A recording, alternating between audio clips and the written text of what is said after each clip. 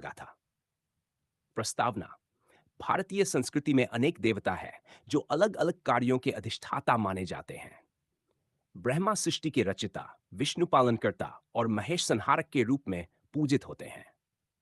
इसी श्रृंखला में भगवान विश्वकर्मा का स्थान अनूठा है। वे न केवल देवताओं के शिल्पकार और वास्तुकार माने जाते हैं, बल्कि संपूर्ण जगत के प्रथम अभियंता, वास्तुविद और यांत्रिकी विशेष भी हैं।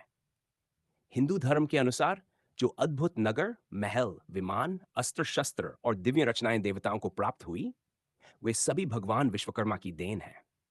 यही कारण है कि आज भी मजदूर, इंजीनियर, कारीगर, शिल्पकार, तकनीकी क्षेत्र से जुड़े लोग उनकी आराधना करते हैं।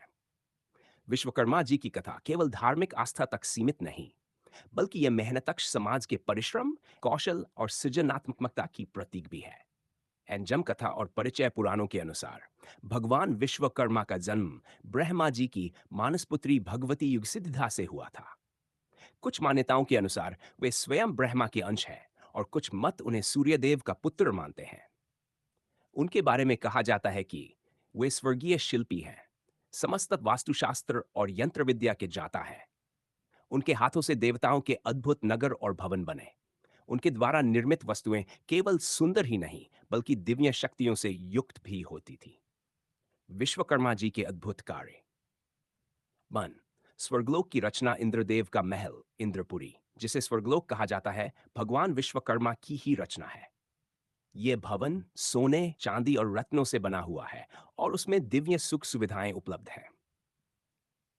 लंका नगरी का निर्माण रामायण के अनुसार रावण की सोने की लंका भी विश्वकर्मा जी ने बनाई थी। यह नगर इतना अद्भुत था कि पूरी की पूरी नगरी सोने से चमकती थी। द्वारका का निर्माण महाभारत में वर्णित है कि भगवान श्री कृष्ण के लिए उन्होंने समुद्र के बीच द्वारका नगरी का निर्माण किया। द्वारका आज भी वास्तुकला का अद्भुत उदाहरण मानी जाती है। फॉर, हस्तिनापुर और इंद्रप्रस्थ कौरव पांडवों की राजधानी हस्तिनापुर तथा पांडवों को मिली इंद्रप्रस्थ नगरी भी विश्वकर्मा जी की कृति थी। अस्त्र शस्त्र, भगवान विष्णु का सुदर्शन चक्र, भगवान शिव का त्रिशूल, इंद्र का वज्र, ये सभी दिव्य अस्त्र भगवान विश्वकर्मा की ही देन है। पौराणिक कथाएं। विश्वकर्मा और सूर्यदेव। एक कथा के अनुसार विश्वकर्मा की पुत्री संज्ञा का विवाह सूर्यदेव से हुआ, किंतु सूर्यदेव की तेजस्विता को वह सहन न कर सकी और छाया को छोड़कर चली गई।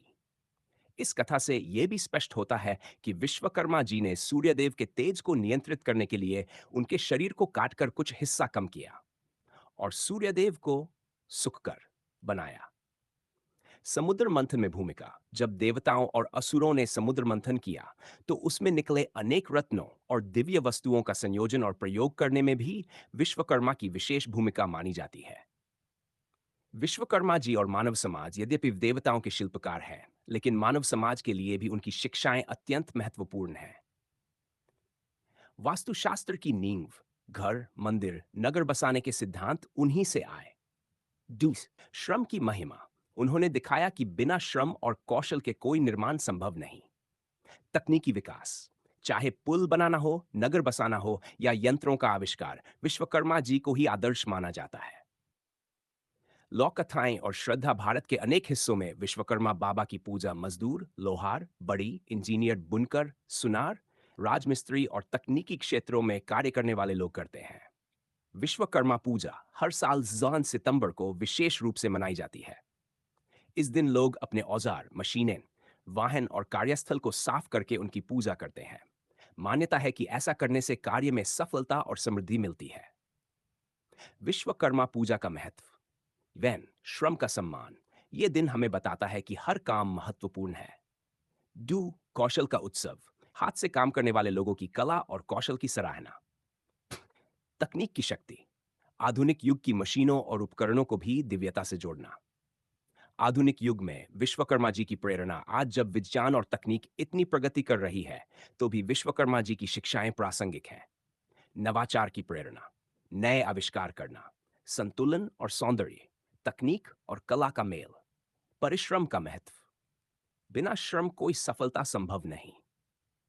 सकारात्मक दृष्टिकोण, हर कठिनाई को अवसर में बदलना। प्रेरणादायक सीख। विश्वकर्मा जी की कथा हमें यह सिखाती है कि मेहनत करने वाला कभी छोटा नहीं होता।